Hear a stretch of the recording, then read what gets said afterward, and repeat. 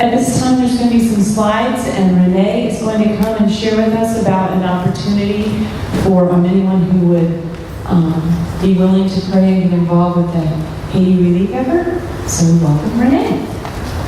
And I'm going to give you this. Okay, Gary. Well, good morning, everybody. I don't know if I know everybody, but my name is Renee Plaza, and I'm here, I guess, by the grace of God, and Maureen Wallace. So I know most of you know Maureen. She shared this Bible study with me last year, and really appreciate the opportunity to be here.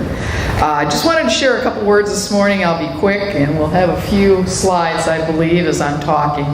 My husband and I, Bill Plaza, we've been missionaries in Haiti for 4 years now, and God called us definitely in a different direction than we thought we would ever go, but that's for another day. We have a water ministry in Haiti, and we bring all types of water solutions to people in remote regions in Haiti. And it just so happens the area that we minister to is the south of Haiti. And for those of you that don't know, the recent hurricane down there, Hurricane Matthew, hit and devastated that area tremendously. We travel through a non-for-profit called Impact for Jesus that is based in Chicago, Illinois. That's where we're from. We moved down here 2 years ago, actually, to be closer to Haiti and just be able to make that transition easier with the heat in Haiti. As most of you know, it's hot and hotter. That's pretty much the two seasons they have down there. But anyway, we have been bringing water filtration buckets, actually, to remote regions for the last 4 years.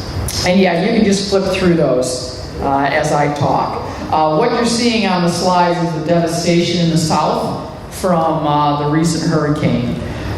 We obviously have been called to help in any way we can now with the relief efforts of Hurricane Matthew. And my husband is the boots on the ground. I would be down there too if I could, but due to a health issue, I'm unable to go back to Haiti right now. So he's down leading the charge, and I'm home collecting donations and making sure everything heads in the right direction. So today, as a matter of fact, he's been down for 2 weeks, and we've sent various loads of food, water, filtration buckets, hose, all kinds of implements for gardening, aqua tabs to clean water, all kinds of medication up to the mountains already. And he's actually heading up today with a team that we have come together with a coalition of non-for-profits that are working in the south of Haiti. And for those of you that have heard of U.S. Aid, they have agreed to do food drops for us from now till the end of the year in this remote region, because people are literally starving to death. There are probably 120,000 at least that have been affected by this hurricane, and many of them you don't see most of the time. They live up in the high mountains, and that's where they've chosen to live. And they don't ever get counted in a census, and most people don't even know they're there. So the team is going up to provide leadership and direction for 10 different locations for food drops between now and the end of the year. So I ask you, number one, to continue to pray for that team because I don't know how connected you are to reading about Haiti lately, but there is a lot of security issues as they travel to and from those areas, because there are many people in desperation, not only in Haiti every day, but even more so after this hurricane. And so many have been stopped at gunpoint, robbed, you name it. So I ask you to continue to pray for their security and safety as they minister to the least of these.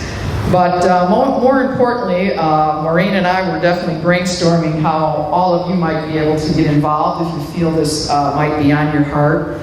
One of the things that Haiti has been calling for are tarps.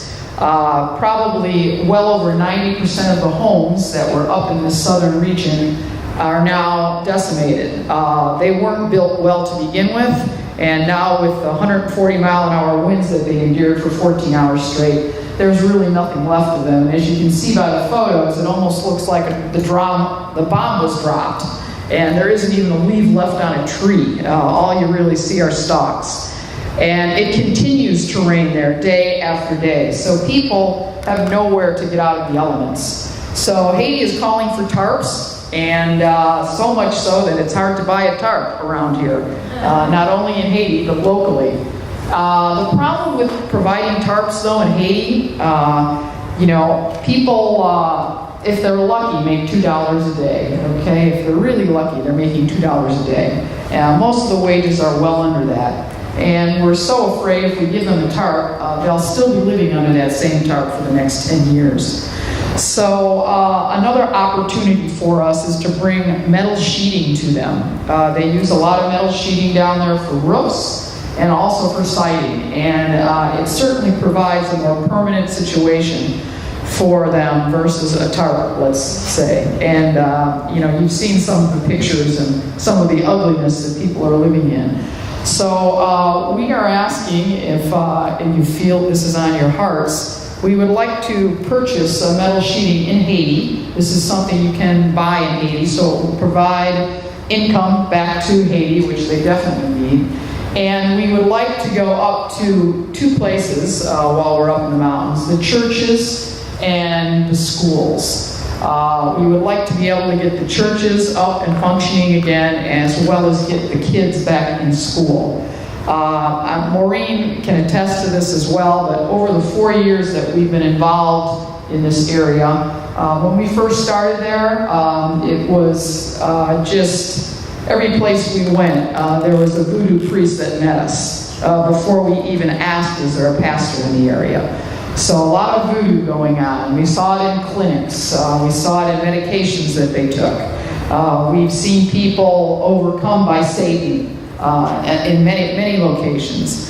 And over the 4 years that we've been there, working with pastors, leading conferences, bringing clean water, and just ministering with the gospel, we really have had a sense of that area changing and seeing God lifted up there and praised. So we want to continue that, and we want to help in any way we can to continue moving in that direction. So we'd like to get the churches back up and running, and the pastors have a sheltered area where they can bring people in to worship, even if it's a pole building with some metal sheeting on the top. At least they'll have a place to get out of the elements. And we'd also like the kids to get back to school, because we know how important it is for the kids, especially up in that region. They just don't have a future if they don't go to school.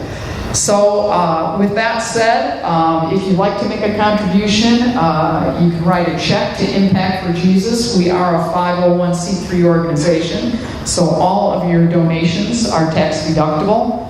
I happen to sit on the board of Impact for Jesus, so I'm able to get all the money into the bank pretty quickly down here in Florida. And we have no, 100% of your donation goes straight to Haiti.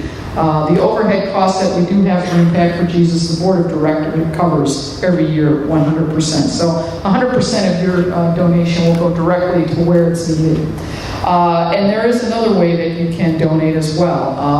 I think one of the slides had our .com on there. There it is, Impact for Jesus, www.impactforjesus.org. We have an organization that we partner with that takes donations for us called Just Give. So you can go on the website and just click on the donate button and do it that way too. But you will pay a fee. There is a small fee for donating that way. But once again, appreciate any help you can give us. Please know that we do have boots on the ground there, so as time goes on and we see the change that happens there, I'm sure I'll get a chance to update you and let you know how relief is going in the area as time goes on. I would say probably the next 6 months, because due to all the salt water that came in, much of the ground is decimated with salt, and it'll be a while before the people are able to start growing things again.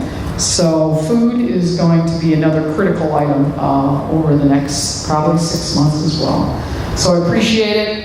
Thank you so much for hearing me, and if you have any questions, I'll be hanging out in the lobby afterwards, and I'm sure Maureen will be around too, and we'll be happy to answer any questions you might have.